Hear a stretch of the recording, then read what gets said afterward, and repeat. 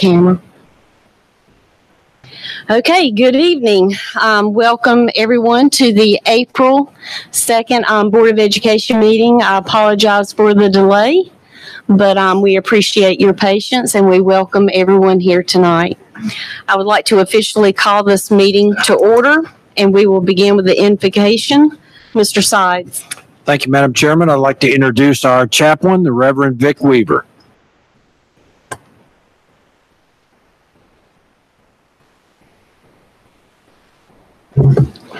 Pray with me. Father God, we thank you. And as we come to you tonight in the name that is above every name, the name of Jesus, we just ask that you continue to bless us as a county, as a state, but most of all, Father, bless us as a school district that is working tirelessly through this board and our staff to be able to have a place where our students are safe, where they are learning, and where your will is done.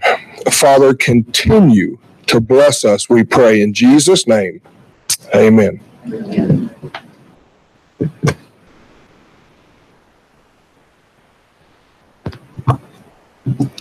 If everyone would please stand for the Pledge of Allegiance.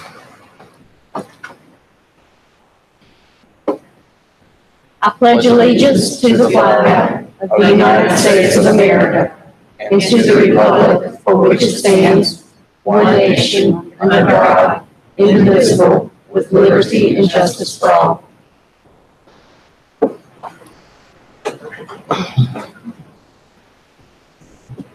And that brings us to the approval of the agenda. I move that we approve the agenda. Second. Okay, all those in favor say aye. Aye. And we will now have the John H. Crowder Service Award. I will turn it over to Board Member Candace Sturdivant. And board members, if everyone would please come to the front.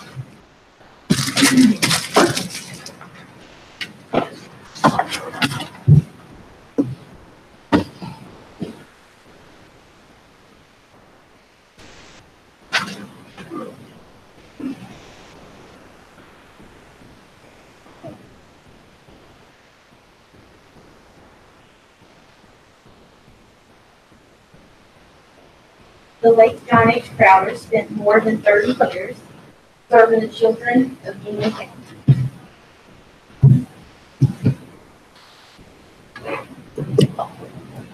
Thank you. I apologize. This is about you. The late John H. Crowder spent more than 30 years serving the children of Union County. As a living tribute to him and his legacy, the Union County Board of Education awards the John H. Crowder Service Award every month to an outstanding high school student who is making a difference in their school and community. Students who receive this award are not only academically successful, but also have an established history of community service. Tonight, we award the John H. Crowder Service Award to a very special student from Porter Ridge High. Will Anna Cassidy please come forward? You're here, dear. It's perfect. Anna Cassidy is a top scholar who has taken advantage of the highest level coursework offered at her high school, the highest level, including a total of 9 advanced placement courses, as well as 3 courses at South Piedmont Community College as a part of the Career and College Promise program. Anna is also a vital member of the Porter Ridge High School community and has been involved with 7 student organizations and honor societies, including Beta Club, Rho Kappa, Interact Club, and more. This school year, she stepped into leadership roles as president of her school's Health Occupation Students of America and Mu Alpha Theta. Did I say that right? Yes. Okay. Student organization, as well as secretary of the National Honor Society. In her community, Anna has volunteered bi-weekly at the Common Heart Food Pantry and weekly at Common Heart Distribution Center throughout her 4 years of high school. Thank you for serving our community. Through her participation in Carolina Cross Connection, Anna has also joined other students to support homeowners and making much needed repairs or upgrades to their homes.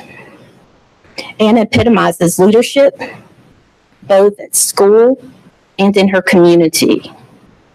The Board of Education is very, very proud to recognize you as the April recipient of the John H. Crowder Service Award. Congratulations.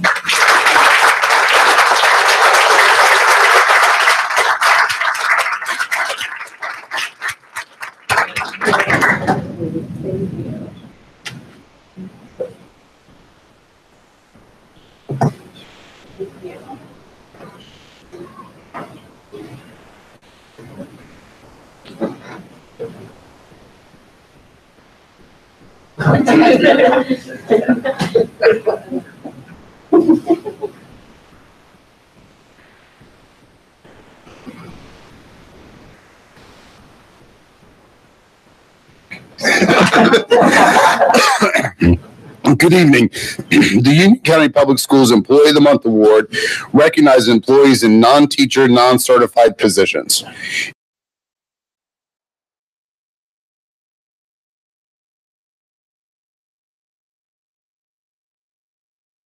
And improve the operating efficiency of their department or their district.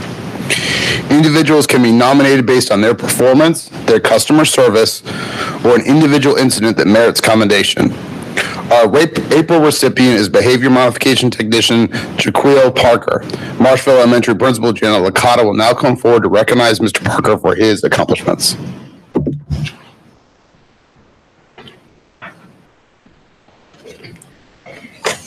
Mr. Parker goes above and beyond the job each day.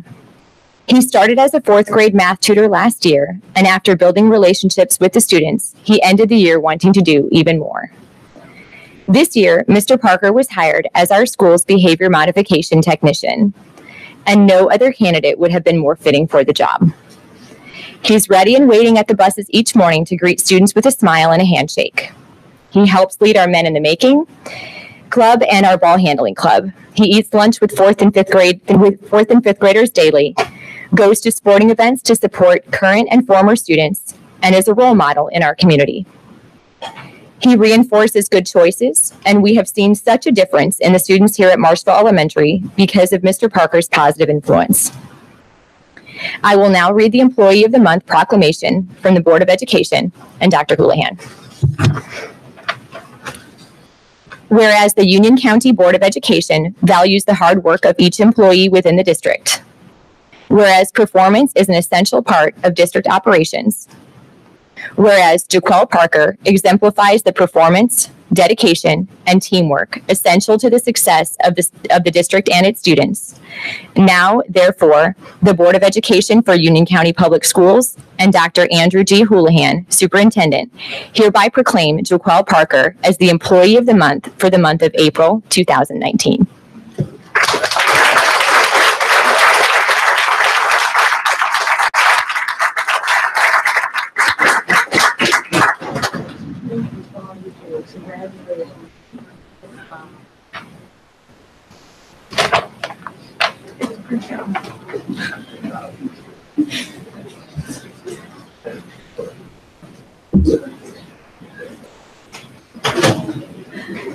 Stand if you would, stand.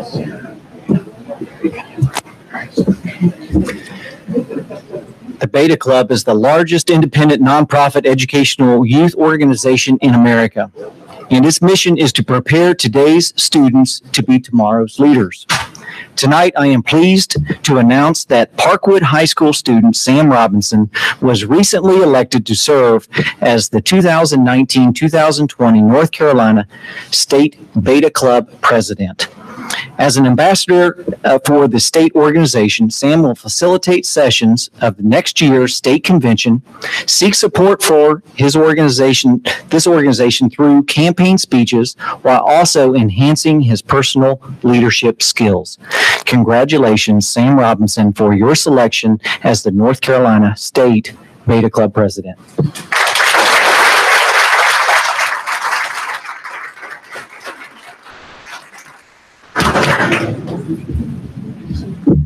My mom used to always get mad at me because I was in the huddle. I was always next to the tallest guy on the team tackle. I was from tackle. He was 6'8". Every year, the North Carolina Association of Student Councils Executive Board and its members, schools, honor an administrator who has not only provided outstanding support for their school's student council, but has also vigorously encouraged student leadership training activities. Tonight, I am pleased to announce that Piedmont High School Principal Dr. Jonathan Tyson was selected to receive the organization's prestigious Richard Kanzler Administrator of the Year Award. Dr. Tyson was recognized for his dedication to helping his school's student council reach their full potential, building strong bonds with local councils and actively initiating leadership opportunities and development. Congratulations, Dr. Tyson.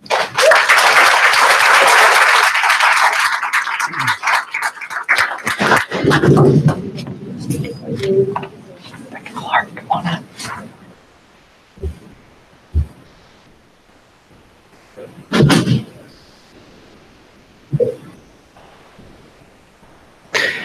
Please join me in congratulating Kensington Elementary for earning the 21st Century Learning Exemplar distinction. Kensington Elementary was one of only 18 schools in the nation and one of only 2 schools in the state to receive this distinction. To earn this recognition, schools must show how 21st century skills are embedded in daily instruction. Kensington Elementary successfully showcased its emphasis on global learning, use of technology in the classroom, service learning, dual language immersion, community and business support, and the use of data to inform decision-making. Kensington Elementary, along with 17 other exemplar sites, will also be recognized in Washington, D.C. this month. Congratulations to Dr. Rachel Clark and the school staff and students at Kensington Elementary. Congratulations.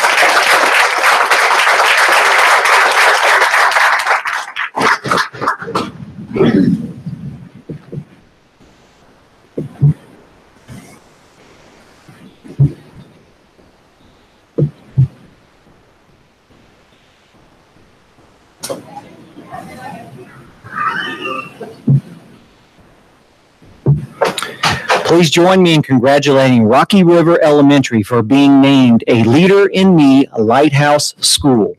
To earn this distinction, Leader in Me schools must meet 9 standards that include such items as demonstrating a school environment that reinforces the leadership model, integration of leadership language, collaboration of staff to build leadership in the classrooms, and high levels of parent involvement. Rocky River Elementary is one of only 417 schools in the world and the second in Union County to earn this prestigious certification. Congratulations, Ms. Richardson, and all of the staff and students at Rocky River Elementary.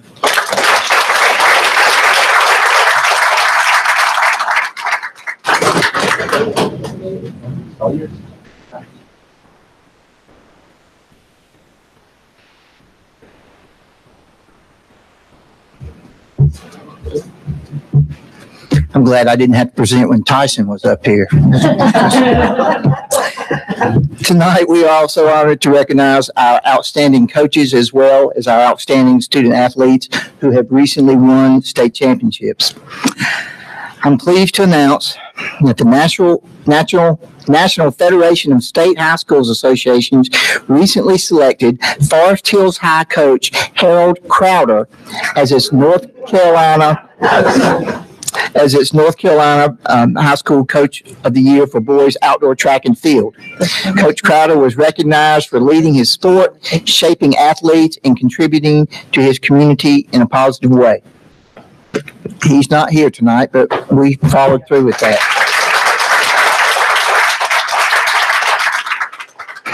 I'm also pleased to announce that the U.S. Track and Field Cross Country Coaches Association named Weddington High coach Rick Spencer as the boys cross country coach of the year and Cuthbertson High coach Kirk Walsh as the girls cross country coach of the year. A committee of experts from around the nation selected these two coaches for the awards, and the coaches were honored for their team's successes during the fall of 2018. Congratulations, Coach Walsh and Coach Spencer.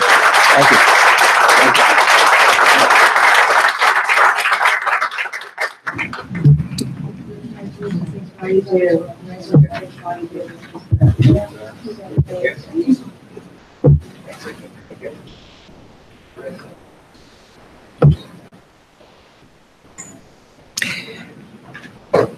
Now I'd like to recognize our outstanding student athletes who have recently won state championship titles, beginning with our Cuthbertson High School athletes.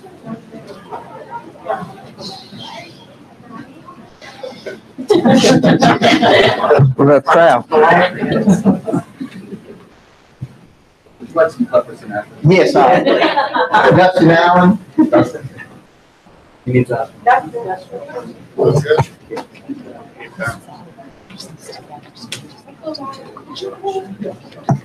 All right, tonight I'm honored to recognize the Cuthbertson High women's indoor track team who won the women's indoor track state championship. Athletes, as I call your name, please come forward to be recognized. Trista Taylor, Mackenzie Townsend, Presley Wolf, Addie Benz, Corinne Borgelt, Caroline Smith, Cassie Wooten, Brianna McIntyre, Flora Henry, Dahlia Cutler, Maya Hayes, Kaylin Hayes. Hold up a second. Also, please join me in congratulating the following athletes who won individual state championships. She couldn't be here tonight, but Natanya Linares for winning the girls' high jump, Lainey Baumgartner for winning the girls' pole vault, Leah Helms for winning the girls' 1,600 meter run and part of the 4x8, Gabriella Castro, Caitlin St. Hilaire, and Madeline Hill for winning the girls' 4x8.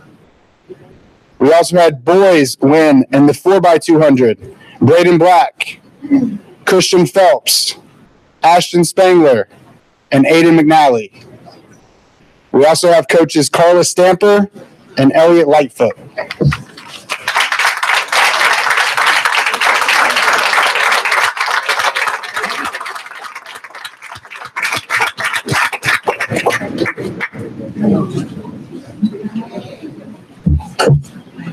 I'm Rick Spencer from Weddington High School, and I wanted to recognize our boys 3A state title winners in indoor track.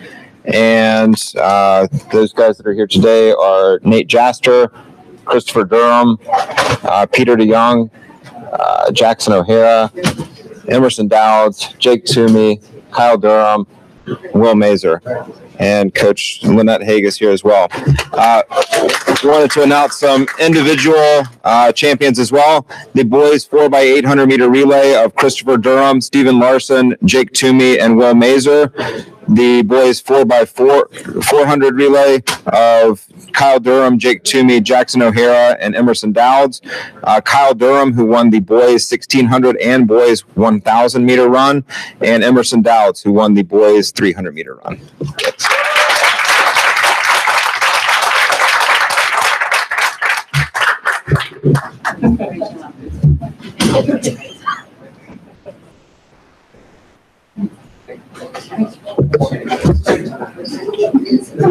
Dr. Houlihan, Board of Education, that concludes our recognitions for tonight. Yes, here you go. These two.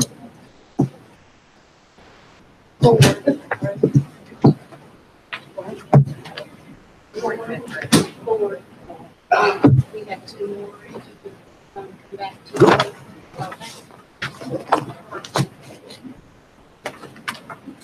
What's the other two more?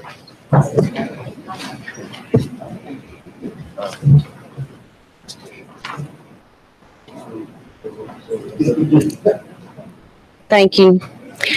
Members of the South Piedmont Community College Board of Trustees are appointed by the North Carolina Governor as well as boards of education and county commissioners in Anson and Union counties. Tonight, I'd like to personally recognize Pat Kale and Bill Norwood. If you would please stand with me. Thank you so much for being here tonight. They are two members of South Piedmont Community College's Board of Trustees who were appointed by our Board of Education for their dedication to serving students, employees, and the greater Union County community. Pat was appointed to serve on our behalf in 2015. And her term ends this year, 2019. And we had a wonderful conversation last week.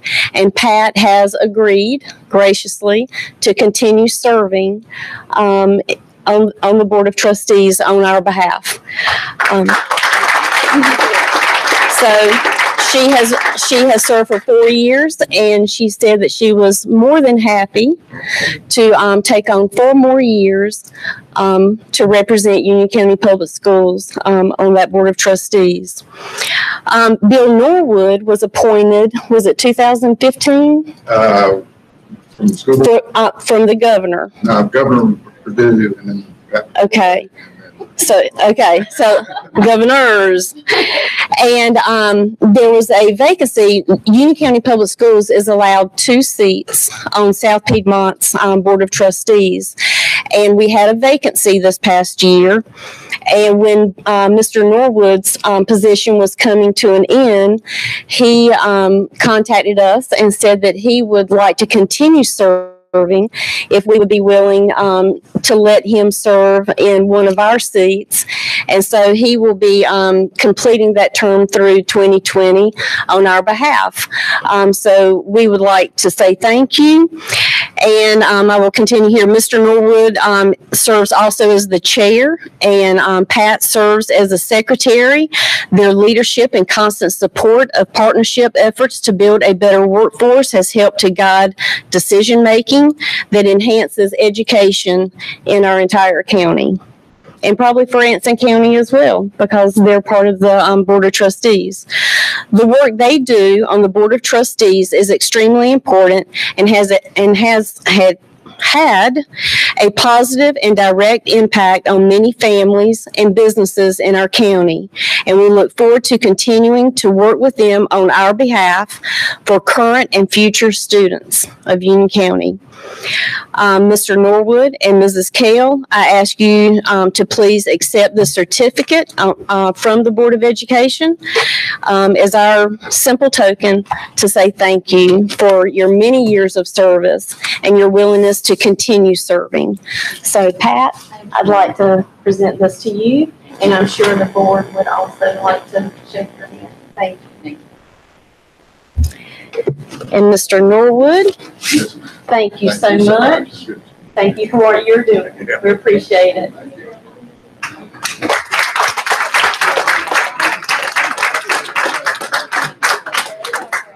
Look at you up there. Look at you. Thank you. And board, that concludes our recognitions for tonight. Thank you. And so now you can go back to your seat.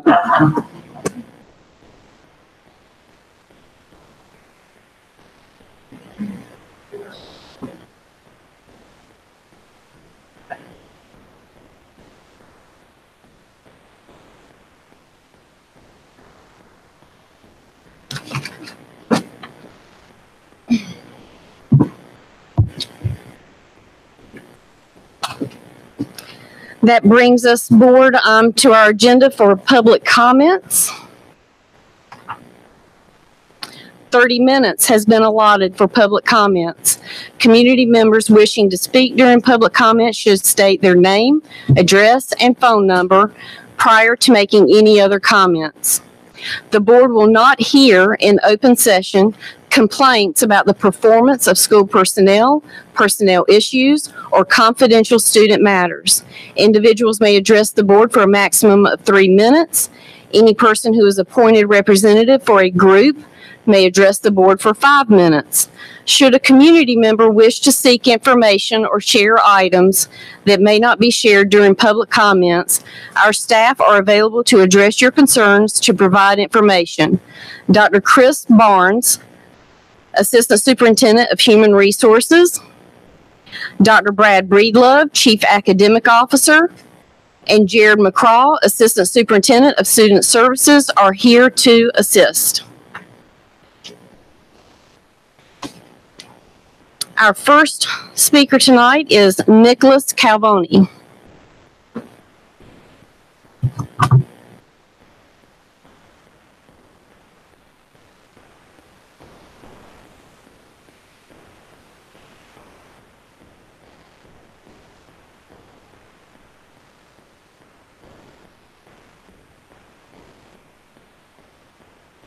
Oh, it's not on. Yeah. There we go. Should I start over? Oh, all right. I wrote a poem for tonight, so here it is. I want you to see the face of ADHD. It looks no different than you or me. Most of the time, it's so misunderstood. We try so hard to behave the right way, but sometimes we don't act as we should. We say or do things we really don't mean, but to everyone else, that's not how it seems. We get in trouble more often than we'd like for behaviors we can't help, but that others dislike. I'm not embarrassed or ashamed to state what I have. It will always be a part of who I am, even though many people may judge. I will start each day with our renewed courage. Keeping up in school just adds to our stress. With so many behaviors we try to suppress, staying focused is another hard thing to do. We have so many distractions to try and get through. Sometimes our emotions are running so high, it's a whole other story to just try and get by. If we add it all together, every day is so hard, but we try again tomorrow, even though we've been scarred. So please understand it's not easy for me, but I am the face of ADHD. Thank you.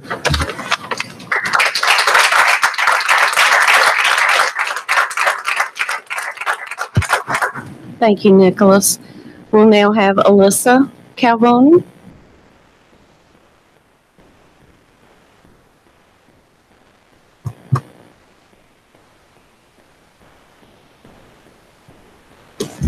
Good evening, and thank you for letting me speak tonight.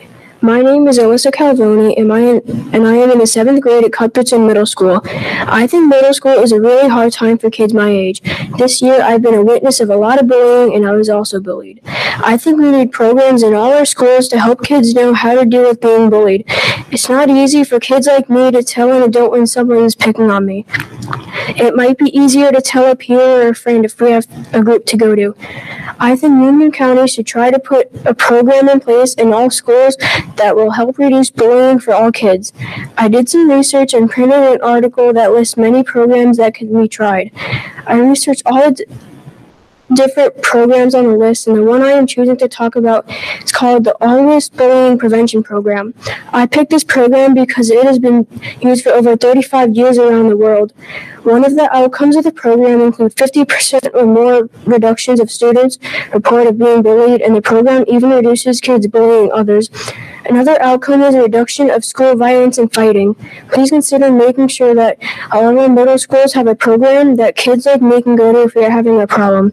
I would like to give you copies of what I have printed if I may. Thank you.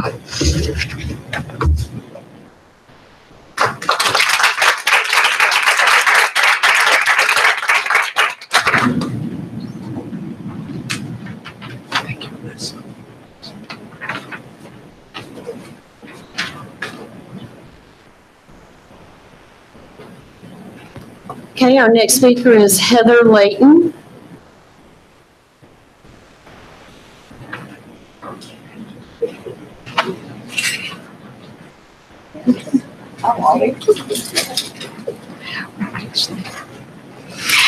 Good evening. Heather Layton, 3010 Sproul Court, Waxhaw, 28173-704-564-4528. Thank you.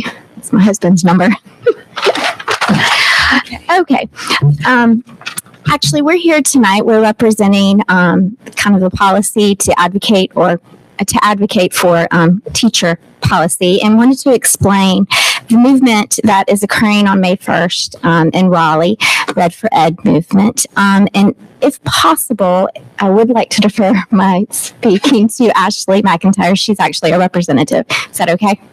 Okay. Okay. Hi, how are we doing tonight, guys? All right. Hello, educators, neighbors, and board members. My name is Ashley Jane, and I'm an educator and a policy advocate, as well as a proud member of NCAE. Many people are hearing the buzz around May 1st and saying, y'all know you just marched. Why are you guys doing it again? But we want to take tonight and take a moment to show support for why it is important to keep the momentum going and to advocate for our public schools within our state. Last year, simply put, was just the beginning phase of awareness for some of the many concerns facing educators in North Carolina. So many educators showed up to support this cause and voice their concerns that the message became a little unclear. NCAA has spent the last year collecting satisfaction surveys, organizing regional planning meetings, training people as teacher advocates for their districts, and more. From all of that time invested and data gathered, the organization has been able to focus in on top 5 concerns for educators across the state. And yes, we all know that a nice raise could go a long way, but believe it or not, that was not even the number 1 concern. Before I read these 5 concerns, please be aware that these concerns all come from a place of prioritizing how educators feel we can best serve our students. The top 5 causes that we are marching for this year are: 1, provide enough school librarians, psychologists, social workers, counselors, nurses, and other health professionals to meet the national professional to student standards. The second cause is to provide a $15 minimum wage for all school personnel, a 5% raise for all ESPs or non-certified staff, teachers, administrators, and a 5% cost of living adjustment for retirees. The third concern on the table is to expand Medicaid to improve the health of our students and families. The fourth concern on the table is to reinstate the state retiree health benefits eliminated by the General Assembly in 2017. And the fifth top priority is to restore advanced degree compensation stripped by the General Assembly in 2013. All out from May 1st encompasses 5 causes in one day. You get it? May 1st. Okay? So it shows a unified and strengthened message to follow the attention gained from last year's demonstration. We hope that you will join us in showing your support in these pushes for change, and we look forward to partnering with you on the continued support of our educators and students. Last, we'll have Ashley McIntyre.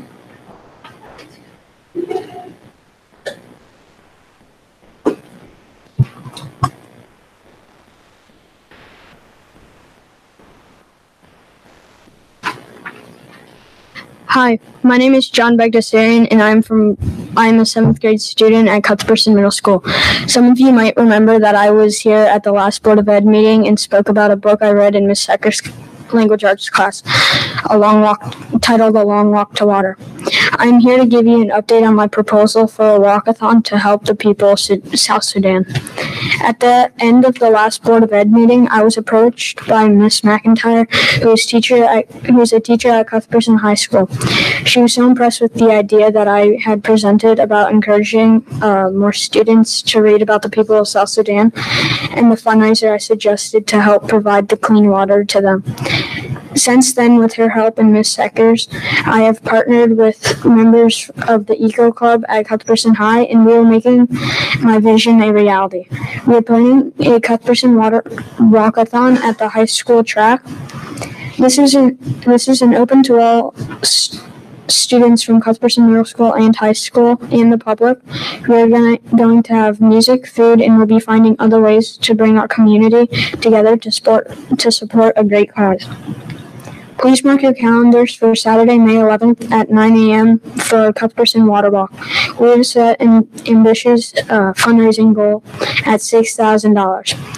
If your schedules allow, we would like you to attend and participate with us.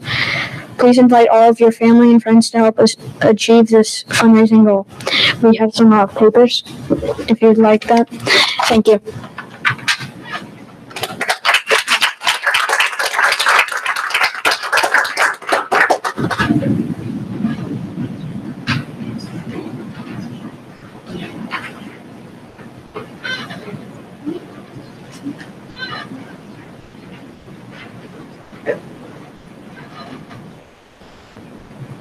That concludes public comments, and now we are ready for approving open session meeting minutes from the March 5th meeting. I move that we approve the open session meeting minutes for March 5th, 2019. Second. Okay, all those in favor say aye. Aye. And that brings us to consent. I move that we approve the consent agenda. Second. Okay, all those in favor say aye. Aye.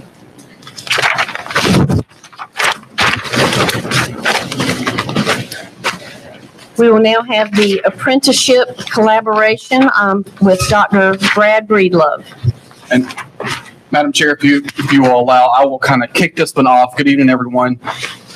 Very, very pleased and proud tonight to bring forth a new program that we are asking our board to approve and to begin implementation next year. This is a new academy model that we have branded the Union County College and Career Academy.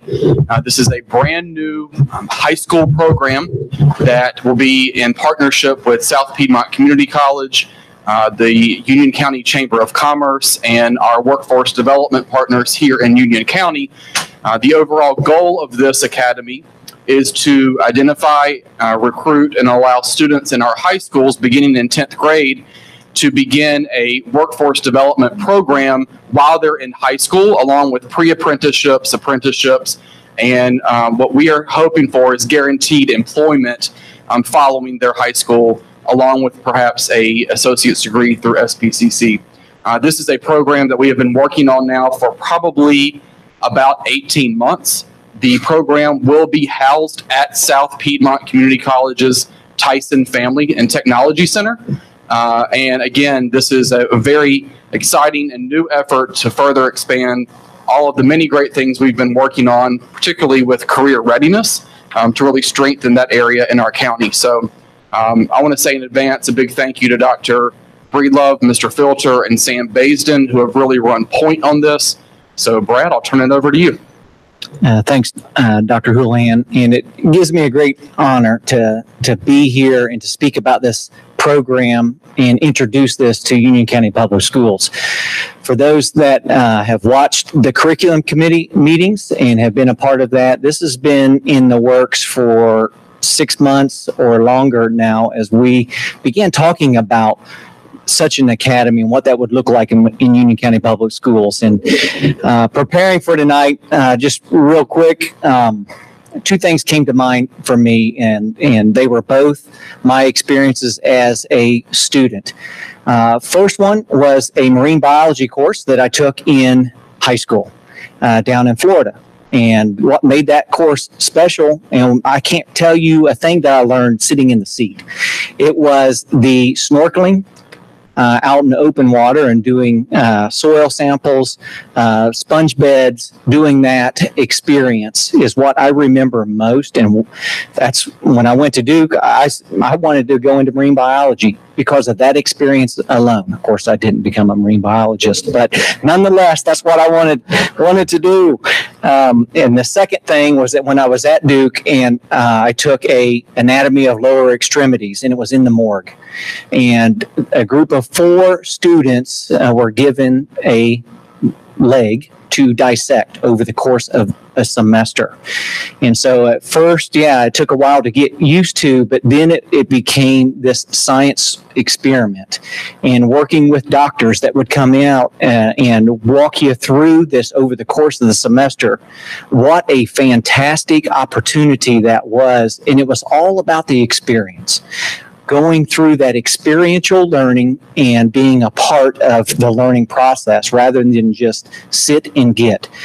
That's the whole premise of this program, is the experiential learning. And I kind of wanted that to sort of set the tone of what this program is going to be like for Union County Public Schools.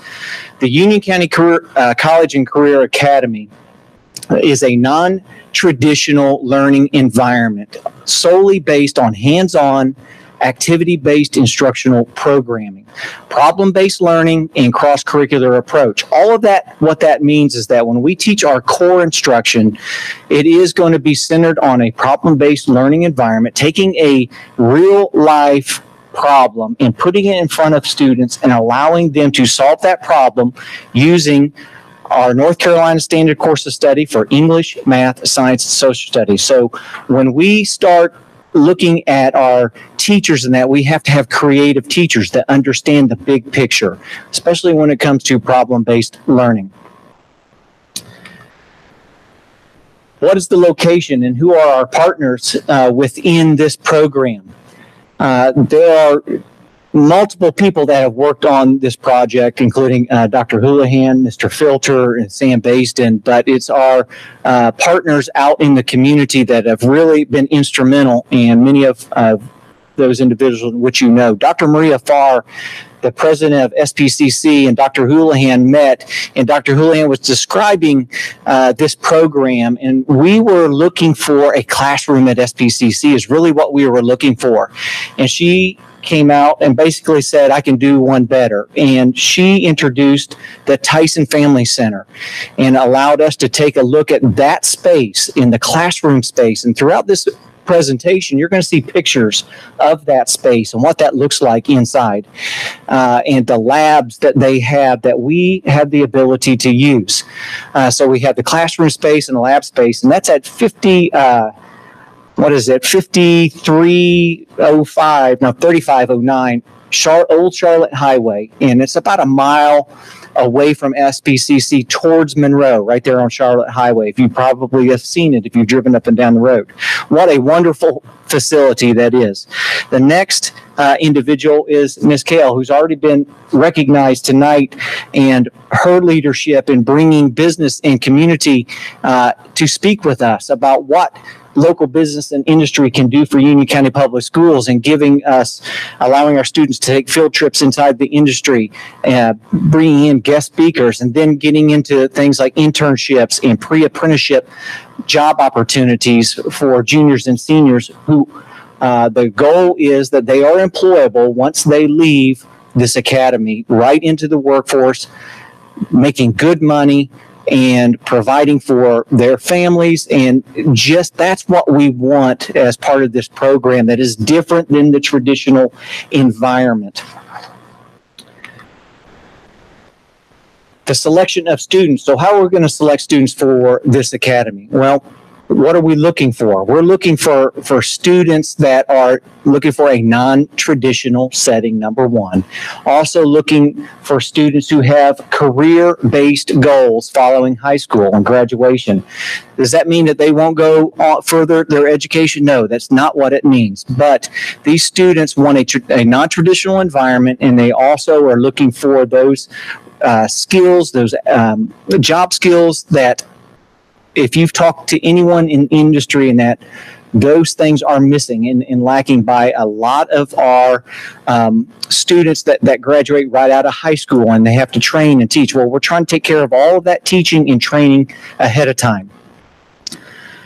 How are we going to select the students? Well, if the board elects to move forward with this program, we're going to have to recruit to get the word out there. We're going to have to go out to our schools, teach our principals about the program, our counselors and our teachers, work with those administrators. And until the word gets out there, and eventually word's going to spread. It is going to be application based, so that students can complete an application, because we need to know what the goals of the students are, what their skills are, what those type of things, so that we can prepare for those students coming into the program. We're looking this first year to start off with 10th graders. We wanted to start off with 10th graders because we wanted students to experience the traditional environment first at the high school level to decide whether or not they want to opt in or out of this particular program. So we're going to keep it kind of small the first year so that we can get it right. 15 to 20 students that are 10th graders that will eventually matriculate into 11th grade and then on into 12th grade. Each year bringing 15, 20 students. So in all, it could be anywhere between 60 and 100 students is really what we are looking for as part of this program. Who knows? It may get bigger. Just depends on where we go as a school system with the program. The proposed curriculum is still going to be a Future Ready Core diploma. So maximum potential -4, all right, which gives us the 28 credit, assuming that every student would receive 32 credits. Our diploma is a 28 credit diploma, Future Ready Core diploma, 16 core. So you can have your 4 English, your 4 math, your 4 social studies, your 3 science, and your 1 health and PE. That's the basis for the Future Ready Core diploma. Beyond that, the elective classes will be CTE courses in the CTE pathway. That's not all what this program is about. We also want to look at the life and employment skills training. When we talk about employment skills, that is going to be a big part of this particular program, because students need, we really believe that it is our job to educate the whole child. And that includes things like work ethic, positive attitude, good communication skills, time management, being a team player, having self-confidence, resiliency, grit, all of those things that you would want to have in your employees as they come to work each and every day, as well as other life skills.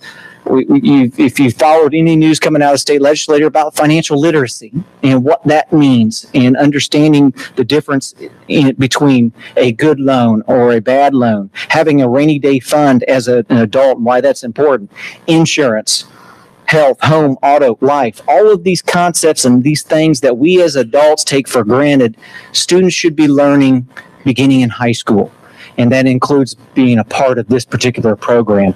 And then the last component here, as far as the curriculum pathways, is pre-apprenticeship opportunities. Taking our students who, when they matriculate into the 11th and 12th grade, looking at employment so that their education does not stop at the Tyson Center, that it carries out beyond the Tyson Center into the workforce. That is the ideal state for this particular program, and what would be expected by all students who come into this program. The curriculum pathways, I put a few of these. These are still in the making, but right now, if we had to open the doors tomorrow, right away, we have industrial systems mechatronics as a pathway. Basically, that is servicing, maintaining industrial equipment, developing, testing automation within a factory. We also have construction, and many across the district, we have construction as an academy, but here we've got all in one place: carpentry, electrical, plumbing, HVAC, and welding. And so some of those pictures that you saw, like you see mechatronics is the picture above, and you have some of the equipment that would be in carpentry. I believe that they have built a tiny house over there. It's a house that is really fabricated just so they're not having to build some massive home, that they can do everything inside of a much smaller portions, so that they can get it done in a semester. So at this point, this kind of brings us to the end of the presentation, and any questions that you may have. And I asked Mr. Filter to be here because he was instrumental in working with SPCC and helping develop those curricular pathways when it comes to CTE. Before we get into questions, I'd like to take a personal privilege and ask Ms. Pat Kale if you would like to say anything about the Chamber's perspective and possible future partnerships. Thank you. I appreciate it. Thank you. Thank you, Dr. Houlihan. If you have met me and talked with me, you know I have a great passion for this type of project. In fact, today, the Chamber partnered with South Piedmont Community College, Union County Public Schools, and NC Works to host a job fair. Yes, we did a job fair today in the snow. But I will say it was well attended not only by employers, but also by applicants. And so what I would say to you are a couple of things, mentioning mechatronics and maintenance technicians in the program. Dr. Breedlove showed that. And today there were about 70 employers there. About 70 employers showed up in the snow, and that tells you that they have positions they cannot fill. And so as I walked around, I will tell you about 7 of those employers said there was one position that they really cannot fill. Do you know what it is? It's industrial maintenance. It's mechatronics. They cannot find skilled workers to keep their machines, high-tech machines, CNC machines and so forth, operating because it requires a very technical skill set. And so I said to one of the companies, a well-known employer here, tell me if someone was starting in that position, what would that pay look like? So this is a non-college degree, yet a highly skilled position. And he said, well, they'll start about $30 an hour. And what that equates to on a full-time schedule is about $65,000. Sorry, teachers, with no college debt. A $65,000 starting pay with no college debt. When I talk with employers through the Chamber, the one thing that I hear from them is that we have jobs we can't fill because the jobs we have are very technical, and unfortunately, the applicants we are getting do not have those skills. So from the Chamber's perspective, this particular program and many others that South Piedmont works with on the school system, this meets 2 needs. One, it meets the needs of employers who have jobs they can't fill. And from an economic development standpoint, we need to keep those employers here because those are good jobs. And the second thing is we want more companies to come in with good jobs so that our residents can go to work. And on the second side of that, we have a population in our community that this is an economic mobility issue as well. So if we can give these skills, highly technical skills, to our students, imagine what this works like. The other picture of this that I want to share is, though this is not a 4-year university degree, these people have to continue their education throughout their career because they have to stay abreast of the new technology. So we're talking about a population of workers that really this is a part of the whole workforce development through their career because it doesn't end there. And of course, I'll be happy to answer any questions, but as Dr. Houlihan, Dr. Breedlove, and Mr. Filter and I have worked together for the years that I've been the Chamber President, as we talk through this idea and many others, it's exciting for us at the Chamber to see our school system and our community college continue to build and strengthen that relationship. Only good comes from that. And I'll be happy to answer any questions from our perspective, but thank you. Thank you. I have a question for Dr. Breedlove. I love this program. We've talked about it for many months. I think it's amazing. I have one question. Busing. We're busing the kids to South Piedmont, unlike our other programs at Piedmont. Is that already been worked out? Are we doing it with the early college students, or because we already send buses around the county, or has that been decided? Yes, ma'am. And Okay. that is, we will piggyback on the South Piedmont Community College on the Union County Early College's bus routes. And that's a great thing to be able, the transportation to get to the program is huge. Yes, I'm excited for that. That's a great thing, especially since you're talking about 10th graders who don't drive yet and their ability to get there. So thank you. This is awesome. Madam Chairman, I'd like to offer a motion that this board support the implementation of the Union County College and Career Academy for the start of the 2019-20 school year. And this does come from the Curriculum Committee, and unanimous consent does not require a second. Any other comments or questions? I just want to say I love this program and I wish I could take it. It'd be awesome to take right now. Me too. Just so the board knows, you got to start somewhere. This is going to be a pilot for next year, and depending on the success of it, we do believe that while 10 to 20 kids might seem like a small number, I think this has the potential to really grow and blossom over time. And so do not be surprised if we end up coming back to you a year from now with perhaps the starting of a brand new school. That is something that we will continue to work through and process, but that is kind of a longer term goal. Thank you. Thank you, Pat, and thank you. Okay, so we have a motion on the floor. Does not require a second. All those in favor say aye. Aye. Okay. You voted too? Okay, we will now have the superintendent's report. Thank you, Madam Chair. First off, this evening, I want to show a little love and recognize a very special group of individuals that work tirelessly every day to support our families and our students, and that is our school resource officers. We have a phenomenal partnership with the Union County Sheriff's Office and with City of Monroe PD and others, and we have a very special individual tonight who is here. Sergeant D. Allen is in the back. She is the elementary supervisor over our elementary SROs, and tonight is her birthday. So I promised her I would not sing. I will not do that to you all, but we want to say thank you and happy birthday. April.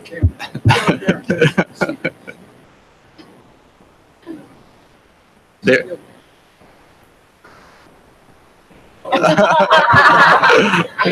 Thank you. Happy birthday.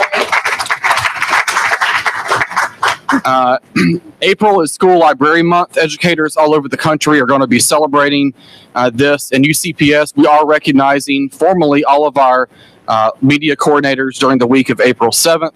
And I want to give a big shout out to our staff members and thank them for what they do in our schools, really to focus on literacy and making learning fun and innovative spaces for our kids and our teachers. So I'd ask our community to please join me next week in celebrating them. The school choice application period ended on this past Sunday. The next phase is for staff to run our lotteries. Board, we hope to have a report to you by the end of this week, letting you know what our numbers are as well as what our applications look like. And I, again, want to thank our staff and particularly the principals of our schools of choice, who are really during the past couple of months have really been out in the public marketing their schools and really trying to get more of our constituents and our kids to come into them. If you haven't heard, UCPS is hiring. It is back in that season. We have 2 fairs this Saturday, both at Weddington High School. The teacher fair is from 10 a.m. to 1 p.m. and the career fair for non-instructional positions is from 2 to 4. Qualified applicants can expect interviews on the spot.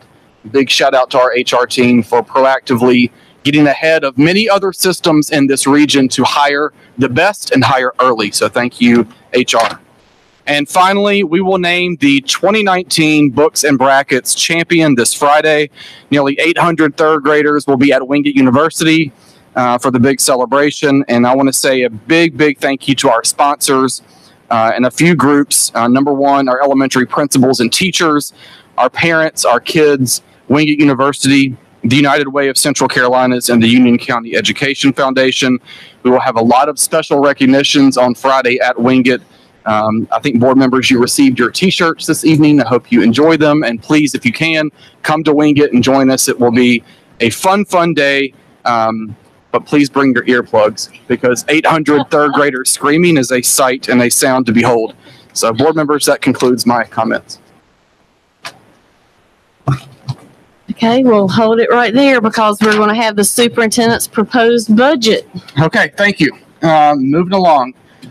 Board and public, our team came together to try to do a little bit something different this evening for you from a presentation standpoint. So if you'll kind of bear with me, we'd like to go through our proposed 2019-20 budget in a different kind of a format than we've done before, to really hopefully tell you the story as to why we're asking for what we're asking for and my budget request for next year.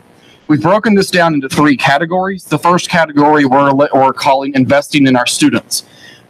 We have a phenomenal first-year partnership, particularly around our social and emotional learning plan.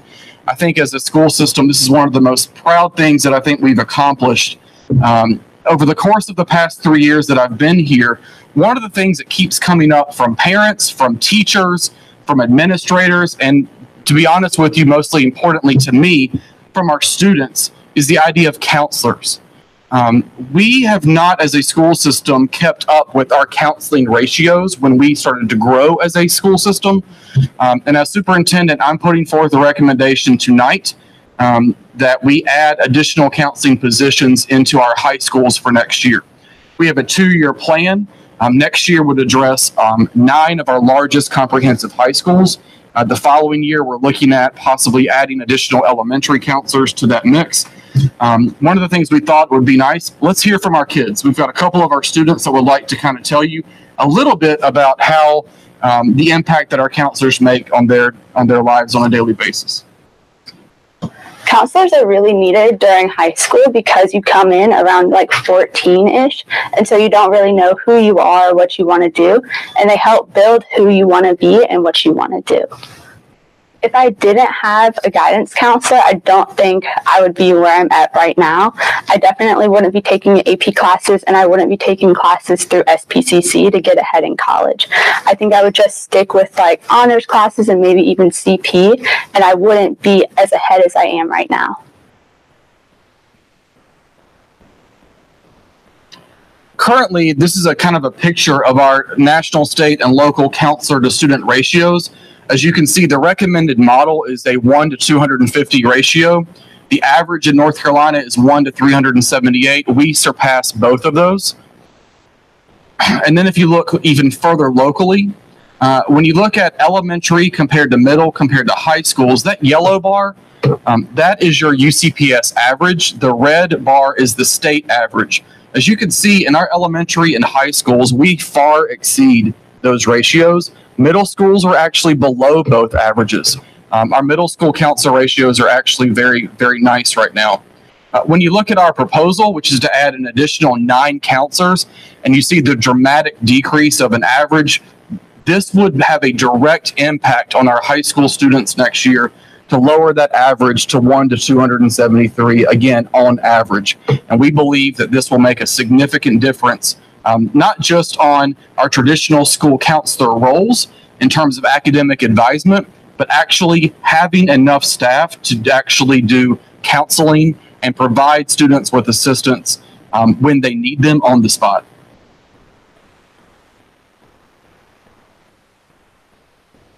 Counselors providing social and emotional support to students is so critical because we need help learning how to balance our lives, like with school and work and volunteering, all to just go to good colleges is something we really need help with. And also people who struggle with mental health, sometimes they don't have anywhere else to turn but to a counselor, someone who's outside of the situation. In schools throughout the district, I would like to see students being able to go into a counselor's office and see a counselor directly without having to wait long periods of time or say, like, you have to make an appointment, because if a student's struggling in that moment, they need help in that moment.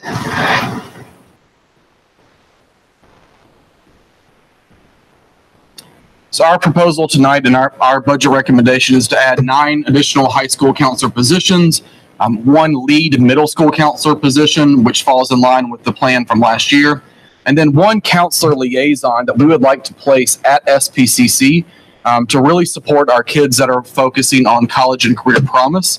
That way, we will have a dedicated staff member that will be responsible for the oversight, monitoring, and making sure that kids that are fulfilling CCP courses actually have a support system in place while they're at SPCC. We also wanted to touch base about our partnership with the Union County government. We have been very pleased in year 1 with this. We'd like to see this expand next year. As this board will remember, we had a 3-year implementation plan with Union County to fund additional social workers and mental health therapists. The plan for next year calls for upwards of 10 plus positions. This year, as you can see on the screen, I'm not going to read all of that. We are very, very pleased with some of the qualitative data that we've gotten. As you can see, we have done much more work in this area, in my opinion, this past year than ever before when it comes to providing the wraparound services that our students need, and also looking at training, particularly around suicide prevention. That has been a real big plus to our school system and to our teaching staff in our community. We would like to continue to work with our Union County government partners to look at next year. We have had preliminary conversations with them about this partnership expansion. Those conversations will continue throughout the next month. And you can see we've got a couple of testimonials here from different high school testimonial as well as an elementary testimonial. I will tell you, every time I've talked to a principal or a teacher, the implementation of this first year of an effort has made a very big difference in terms of the degree of which we can get qualified experts to sit down and work with our children. But I will tell you, it is a dent. This issue around mental health has been an issue that this board has supported, and I'm very, very thankful for that this county has supported. The bottom line is we still need more help, and we are looking to Union County government to partner with us and to continue that work into next year. You'll see that you are not going to see funding in our budget request. This funding is going to be hopefully coming out of Union County government and Department of Health and Human Services. But I did want to make sure the public knew this is something that we are going to continue to advocate for because we have a need in our schools. And finally, with investment, we have taken a hard look at our JROTC program. And one of the things that we're looking at is expanding that program to next year. We would like to add additional budget items for supplies and equipment. And also, we would like to look at Parkwood High School actually expanding their JROTC partnership and program to allow Cuthbertson High School students to take part in that. And so that budgeting cost would look at providing transportation for that program. So our total investment that we're proposing above and beyond our current budget allocation is around $800,000. The next item or category is investing in our employees. And one of the things that you will see that we are predicting will come from the state is a salary increase that will be a state mandated 5% increase. That is our current projection for all of our teachers and certified staff, as well as a state mandated 3% increase for non-certified staff. Anytime that the state puts in these increases, we have to take care of our local employees as well. That's why you're seeing this coming in our local budget. We also are projecting a pretty significant increase in employer benefits, particularly around retirement and health care. And then the other thing that we're looking at in this recommendation is to continue our compensation analysis and to provide all of our teacher assistants, we call them instructional assistants, but all of our TAs to have a market increase salary raise to ensure that we are, as a system, continuing to remain competitive and to pay them at an equitable rate. And so we have one instructional assistant that would like to tell you a little bit about what she does. One thing that people really don't know about our job is it's more than being an assistant. We're sometimes advocates. We're sometimes mothers to the ones that don't get the I love you, get the hug, or that smile. We're nurses when it comes to needing a bandage. We have many roles. It's not just being an assistant. We play multiple roles in the lives of children. Again, this is part of our 3-year compensation plan. We're in year 2 of this. The total investment in our employees from this budget recommendation is a little bit over $2.2 million. Of that, $1.6 million we project will be mandated by the state. The last category that we have is investing in our future. And this is really focusing on the needs that we have in our system as it comes to our operational budget and facilities.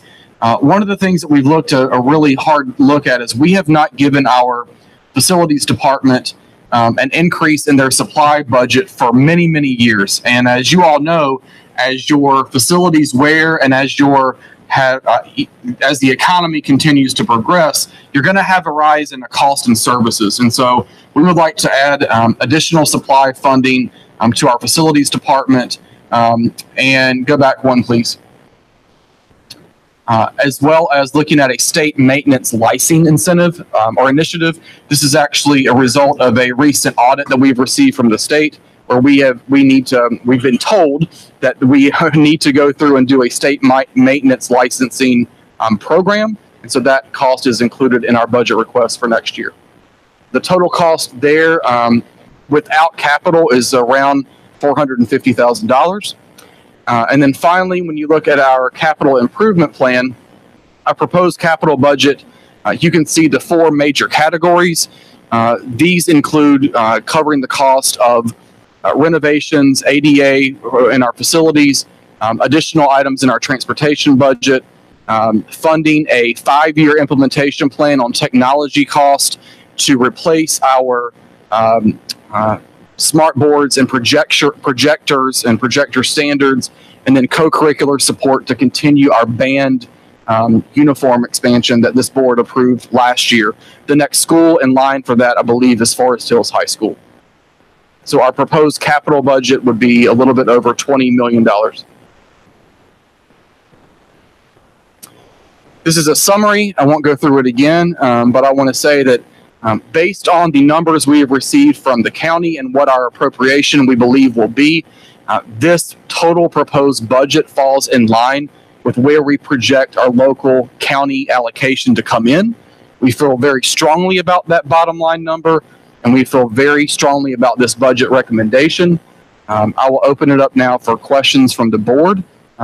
Other than that, we thought that we'd end with that cute face and leave it at that. After this evening, this will become public and will be on our website. But we hope this kind of a presentation standpoint really tells the story about the need of what we're asking for. And I will say again, the needs far exceed the ask that you see here. There are many, many other priorities that we have, but based on where we believe our local budget will end, these have become the priorities that have risen to the top. So thank you to our board, and Madam Chair, I'll turn it back to you. If there are any questions, we're happy to answer. Okay, so I'll just open it up to the board for any comments or questions. So this is the superintendent's, proposed budget, and it now becomes ours, and we start working on it. I think we're going to have a work session this month, and then at the end of the month, we're going to meet with the Board of County Commissioners to discuss it too, before we have to turn it over sometime in the first week or second week of May. Yes, we're not voting on it tonight. But if I have a specific question. Yep, the floor is open. So I do have questions. I guess we can refer to from the Finance Committee, the 2019-2020 Capital Improvement Plan. Mm-hmm. We have 4 different items. Well, not items, but the second bullet says 3-year plan to paint the deleted schools. Which schools are the deleted schools? I don't think there's any deleted schools. We made a decision to have a 3, does it say? It says deleted schools. Designated, I think is what it meant, what it means. We didn't delete any. There's a plan.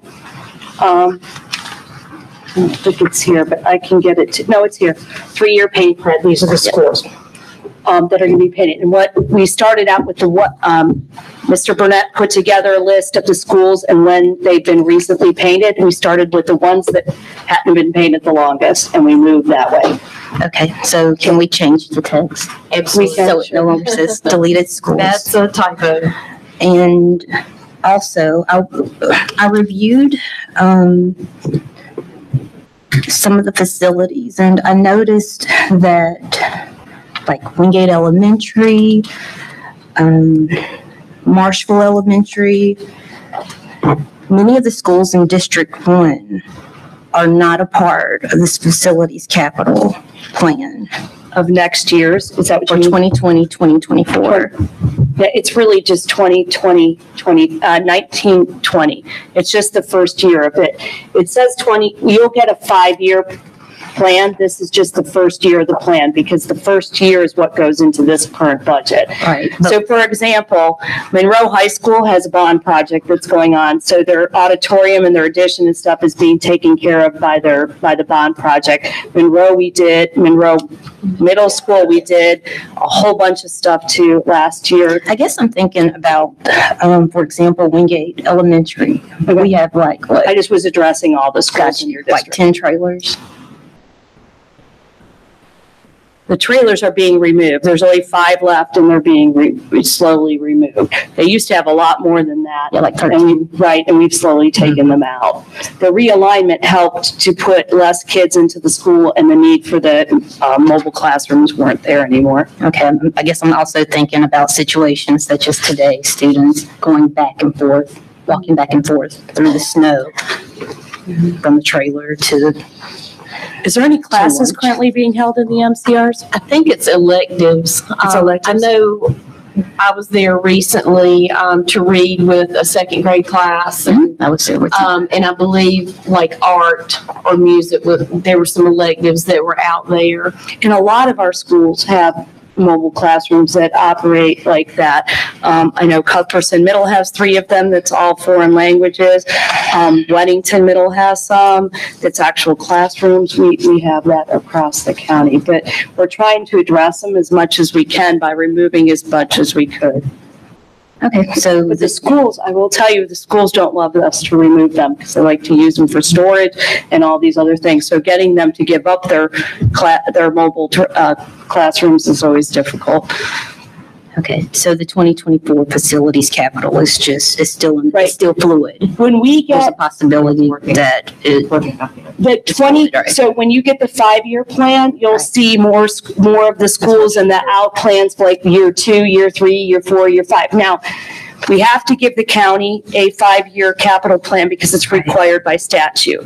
And when we give that to them, it's fluid. Next year, there may be stuff that has come up that have to be moved onto the plan or moved up on the plan or whatever. But you'll see that. And when we get it, we'll be talking about it at our board work session or whatever, and we can go through it from there. If you see projects or something that you want to talk about, we can do it. But the Facilities Committee looked at the 5-year plan and the 1-year plan, and that's what we kind of laid out and recommended to the full board. Thanks for providing clarity. And with Monroe Middle School, the locker removal, so what will be in place? Right now, we didn't fund the Monroe Middle School locker removal this year. It can go on next year's plan. Oh, it says $65,000. Can I see that again? Unless I'm tripping or something. We removed, I don't know. I don't know why that's on there. We did not fund the locker removals. So this should not be on here. This should not be on there. It is not on the 3-year plan. 1-year plan, excuse me. So we should pause before approving any of this because the text is not accurate. We are not approving anything tonight. So we're not approving anything. No, we are not. So there's no action. We're going to have a work session where we can talk through all this stuff again, but we are not. It says action, but it is not an action item. Okay. Dr. Houlihan turns his proposed budget over to us tonight. It becomes ours and we start working on it from there. Okay. So I want to make sure that every board member understands that agenda item number 13 is information. It's not in the plan, correct? Not action. Okay. That their locker removal we took out. Okay. So I think what we need to clarify here is we have a letter from the Finance Committee. And if I don't know who typed up this letter, but it says it's dated today's date, April 2nd. The 2019-20 capital improvement plan from the Finance Committee, and it's got 4 items here. Is there anyone here who is responsible for this letter that maybe can talk about these 4 bullets and explain this letter to us? The first bullet is correct. The second bullet should say 3-year plan to paint the designated schools, not deleted. And that's $960,000. Monroe Middle School, we removed this item, so this should be crossed out. So it should not be on there. Right. And we're still discussing, as a facilities committee and as a board, we have some elementary schools that have auditoriums and some that do not have auditoriums. A lot of the older schools have auditoriums, and how much we have to do to fix them up, how much they're used, or how they're being used, and how we should do that. So those are things that we're still talking about. And as a facilities committee, we talked about that, and that's kind of still rattling around. So did this not come out of finance? Or? This memo? No. Okay. So how do we feel about everything else that's on this memo? We can work with the finance team to come back to wherever this came from. I missed the facilities committee meeting today. I don't think it was part of that. So the whole paragraph that begins 2020 CIP should not be in there. In summary, all of that stuff is correct. And just today, we changed it from 17,228,000 to 16,228,874. So I apologize for this. I didn't see this before. So what I would recommend is if we could have this corrected and have a corrected memo sent to the full board, would be helpful. Because it seems like it's created some questions. We don't have a copy of that. Only the final. It's in the packet It's in the it's in the packet that was the slide deck for the budget that's in our packet. It starts out looking like this, and then it goes all the way through, and that memo is back in there. I don't think facilities originated this memo. It says finance. Right. It's something we put together to just kind of summarize what they had, and so I'll take care of. That's what I'm trying to pull up. We'll take care of making any corrections needed. Yeah, tomorrow will be fine.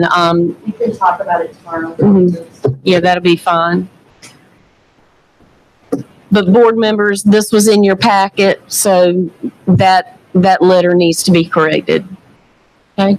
I just have one quick question. What is the state maintenance licensing program? Also, who oversees that?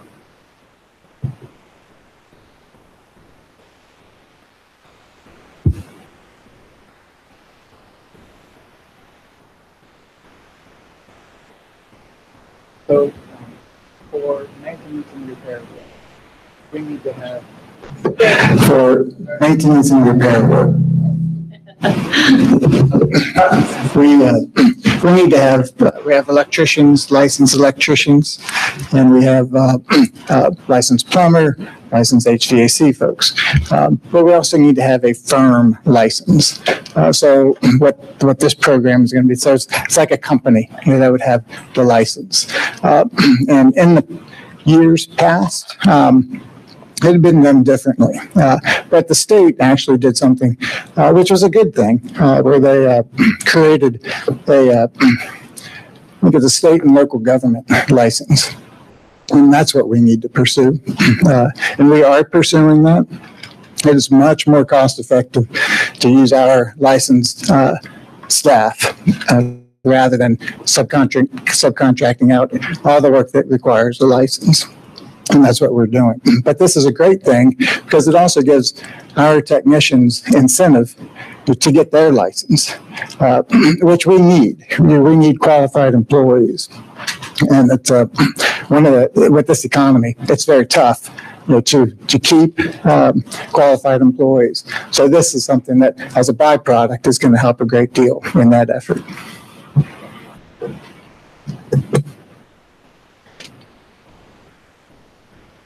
So I just want to encourage all the board members, if you're on finance or facilities, this is probably very familiar to you. If you're not on finance or facilities, I encourage you to become very familiar with this document. And we'll announce some budget meetings that you can put on your calendar.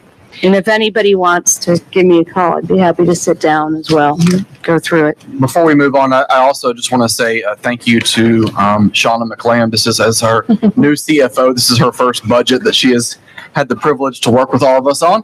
So I want to say thank you to you and your team. Thank you to both of our committees, Ms. Merrill just mentioned, and thank you to our stakeholders who have given us a lot of feedback about the needs of the system. We hope that this budget is reflective of what our true needs are, and we look forward to working with the board this month to come up with a final recommended budget at the May board meeting. Very true. Okay, so that was information that will bring us to appointment of South Piedmont Community College board member. So as I mentioned earlier, Ms. Pat Kale had served from 2015 to 2019 on the Board of Trustees at the community college. We are allowed, Union County Public Schools, we're allowed to appoint 2 individuals. And as I mentioned earlier tonight, Pat Kale's first stint is about to expire, and we had a wonderful conversation last week, and she expressed her interest in continuing to serve on our behalf on that Board of Trustees. So this is an action item, and I would like to open the floor for a motion or second or conversation. I move that we appoint Pat Kale as our SPCC board member. I second. Okay. Any comments or questions other than telling Pat, thank you, thank you, thank you? Thank you. Okay. All those in favor of allowing Pat to continue on our behalf, say aye. Aye. Okay. Thank you, board. That is unanimous. I regret that Pat excused herself. I'll have to call her on the way home to let her know she has 4 more years to serve for us. But we greatly appreciate what she does for us. That brings us to policies for approval. Now we'll turn it over to Michelle Morris. Good evening, members of the board. The policies under this section, there's 7 of them, and they came before you all at the last board meeting for review, and they are up for approval this evening. And I'm available if anybody has any questions regarding it. We didn't get any comments from the public. We did not. Okay. And I will also say, board, we unfortunately did not have a quorum at our last policy committee meeting. So I will need a motion and a second if you are ready to approve these in full. I move that we approve policy 4-4, 4-5, 4-14, the new policy on surveys of students, 4-20, 4-24, and 5-7. Second. Okay, thank you very much. Any questions or comments? I do have one question on the age requirement. So if a child is 4 on April 16th, the prior year, they can get in? Is that how that works? Under certain circumstances, Under certain, yeah. okay. Yeah. And that's designated. That's what they mean, okay. Any more questions? Okay, with a motion and a second on the floor, all those in favor of approving these policies, say aye. Aye. Aye. Okay, thank you, board. And now we have policies for review. Michelle. Yes, thank you very much. We have 4 policies here for your review. There's also an administrative guideline for your review in there. These went to the policy committee where, as Ms. Merrill mentioned, we didn't have a quorum for review. And if anyone has any questions on those, I can answer those tonight. And hopefully they will come for your approval next meeting. Mm-hmm. Okay. Looks like no questions. Thank you very much. Thank you. That brings us to closed session decisions. I move that we approve the addendum to the personnel agenda as amended by the board. Second. Okay. All those in favor say aye. Aye. Okay. And that brings us to board comments.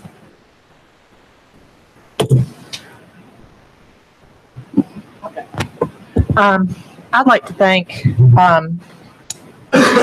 Dr. Strickland for the sports marketing and media service agreement. I think this is a fantastic program going forward. That you got called a doctor. Oh, I'm sorry. I did, didn't I? I'm sorry. He's like looking around. Sorry. At any rate, I think this is something great for UCPS. And I don't know if you want to explain just a little bit more about what this is, those of you that didn't attend or listen to the facilities committee meeting. It's basically a live streaming of all of our high school sporting events. Is that basically in a nutshell? Basically. Not all of them, majority of them. Obviously, you can't go out to the golf course. Yes. Oh, we're going to the golf course next. Okay.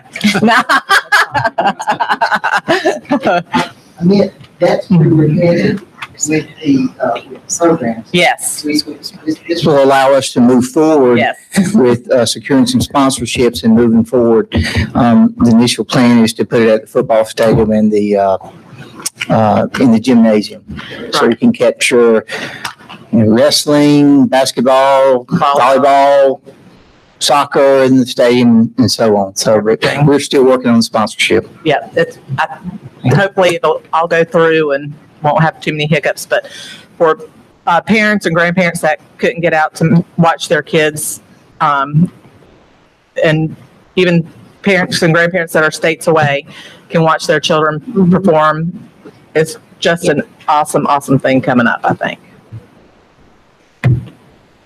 I agree. I'm very excited. A couple of Saturdays ago, I had my laptop going in the kitchen so that I could watch the Sun Valley Band perform in New York for the St. Patrick's Parade, and then I had my TV in the living room going, trying to figure out how to catch the Forest Hills and Cuthbertson game.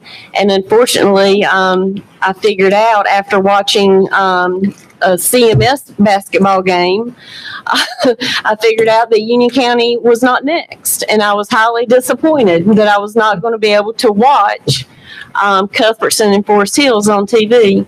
So thank you, Mark, and your team for bringing this to our county, because I personally would love to see our athletes, especially in championship situations, be able to see those games. And I know grandparents and families all across our county are going to enjoy this new opportunity for our athletes.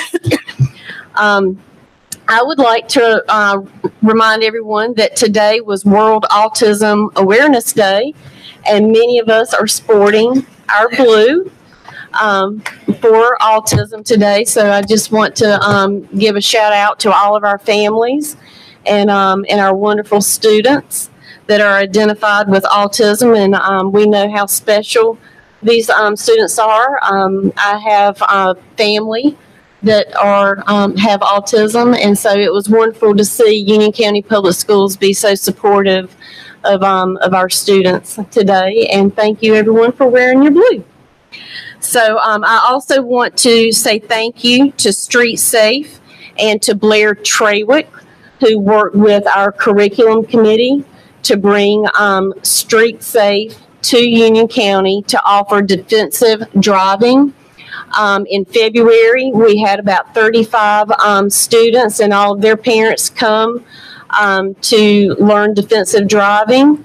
And then this past weekend, we had about 45 students at Cuthbertson High School. And it was a wonderful, wonderful opportunity to learn, defensive driving, things that you do not learn in driver's ed. So I want to ask the chair of curriculum, Mr. Sods, if you could think about in an upcoming meeting to see if your committee can work with Blair to see if we could maybe get some possible dates for next school year, maybe one in the fall and one in the spring, if the committee wants to discuss that and decide if you want to bring that back to the full board to continue that partnership with Street Safe. That would be fantastic. I also want to say thank you to Senator Todd Johnson here out of Union County.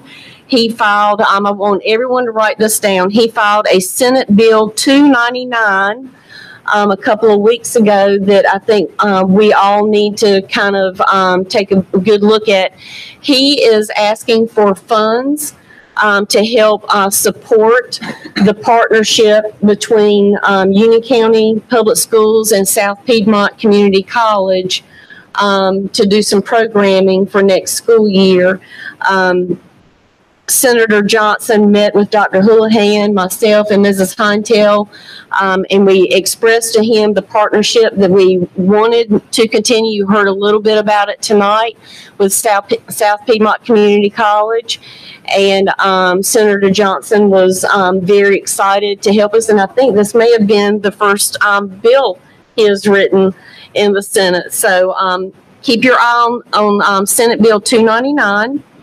And for the Career Pathway Initiative for Union County Public Schools and South Piedmont Community College, we hope that that is very well received in the General Assembly.